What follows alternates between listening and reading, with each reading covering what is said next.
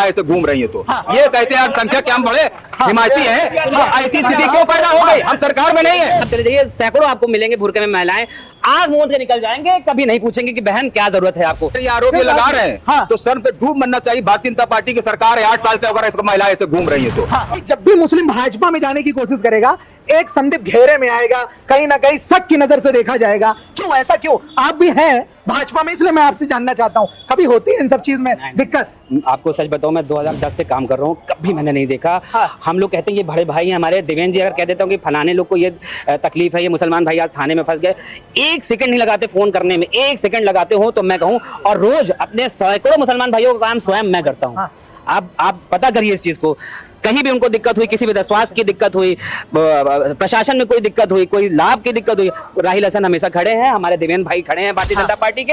अगर साथ ना देते हो तो आप भारतीय जनता पार्टी तारिक भाई को ले लीजिए ना, सपा वालों को ले लीजिए। बिल्कुल समाज बदलना है कि आपको भाजपा और कांग्रेस करना है? नहीं, बिल्कुल नहीं। आपने अपने सहयोगी को पूछ लिया, अगर आप समाज में बदलने की बात कर रहे हैं। सुन लीजिए भाई, स्वीकार करें, सैकड़ों समाजवादी भाई का फोन आता है, करेली से नदीम भाई का फोन आएगा, फलाने का फोन आएगा कि राहिल भाई ये काम है, ये काम फंस गया, जरा इसको करा दीजिए। तो आप काम कराने गए हैं?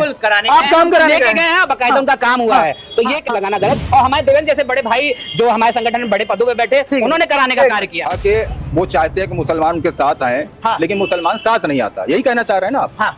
मुसलमान आपके साथ क्यों आएगा? आप बराबरी का कभी दर्जा देते ही नहीं, आप मुसलमान को सम्मान देते नहीं। उसका सबसे बड़ा उदाहरण मैं आपको देता हूँ।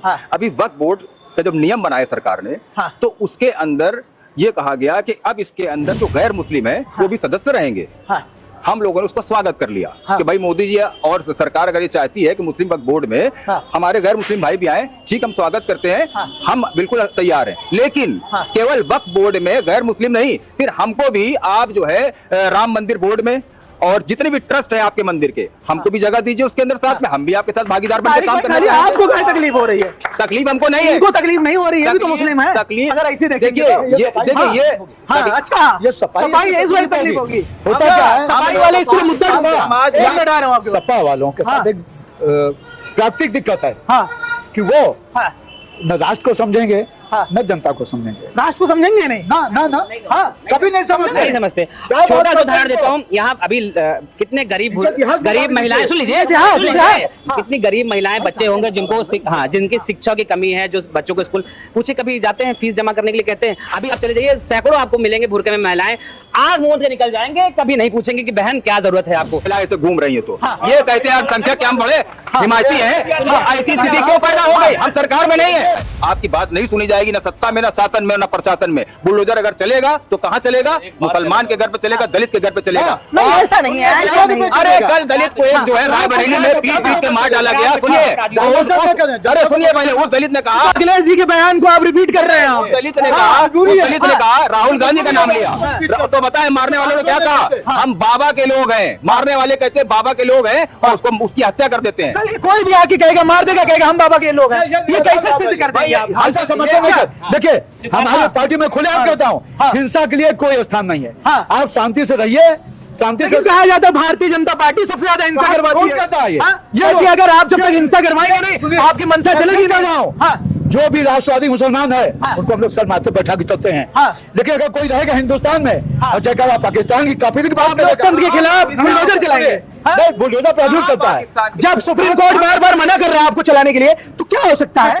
क्या कहा? अभी बरेली में कौन सा फॉलो किया? सुनिए, नोटिस दी जाएगी। देखिए, बरेली में नोटिस कितनी दिन दी गई बताइए? नहीं, दूसरे दिन चलाया गया, तौकीर रजा पे दूसरे दिन चलाया गया। बताइए, जवाब के प्रतीक्षा। भैया नाराज हो रहे हैं, भैया नाराज हो रहे हैं। मुस्लिम समाज की बात कर रहे हैं। उत्तर प्रदेश का मुख्यमंत्री कहता है कि अगर कहीं पे 4 परिवार हिंदू और वहाँ पे मुस्लिम हो तो वहाँ मुस्लिम हिंदू सुरक्षित नहीं है। अगर या मुस्लिम हावी है जैसा को कहते हैं, आप मुसलमानों को नुमाइंदगी करते हैं, क्या योगी जी के बयान को आप खंडन कर सकते हैं जिस तरीके से बात करते हैं? दूसरी चीज, अभी बरेली का आपने कहा, भाई हम धर्म के लोग हैं, जो भी सबका अपना अपना धर्म है।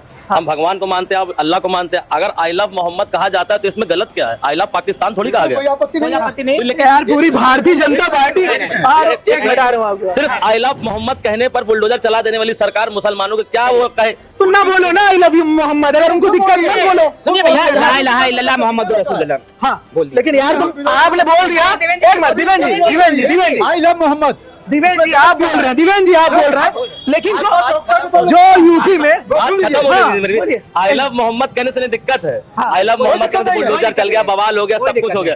हम कहते हैं वो आई लव आज जो कुछ किया जा रहा था वो गलत है। हमेशा दरगाह पे हम जाए, मजारों पे हम जाए, कांग्रेस वाले भ्रमित कर रहे हैं और राजनीति कर रही है, राजनीति राजनीति कर रही है, कुछ उसके बाद इसमें राजनीति क्या कर रही है तो बताएं। यही क्या ये चला रहे हैं, लाठी ये चला रहे हैं, मुसलमानों को बदनाम ये कर रहे हैं, और कह रहे हैं कांग्रेस राजनीति कर रही है। करेगा उसको अपराधियों की तरह ही उसका ट्रीटमेंट होगा। ध्यान रखिए, शांति। देखिए सबसे बड़ी सुरक्षा क्या महिलाओं, हमारी जो बहनें हैं उनकी सुरक्षा, उनका संरक्षण हमारी प्राथमिकताओं पे है। किसके मजाल है, किसके मजाल है जो पहले होता था आज कर ले। एक चीज, दूसरी चीज, मैं एक चीज हमेशा कहता हूँ, हिंदू हो या मुसलमान, इस देश के लिए दोनों आवश्यक है, क्योंकि दोनों ने मिलकर आजादी का लड़ाई में आजादी देश को दिलाई है। मैं सल्यूट करता हूँ कि जिस दिन अब्दुल हमीद अशफाकुल्लाह साहब को हम इग्नोर करके हम स्वस्थ भारत की कल्पना नहीं कर सकते।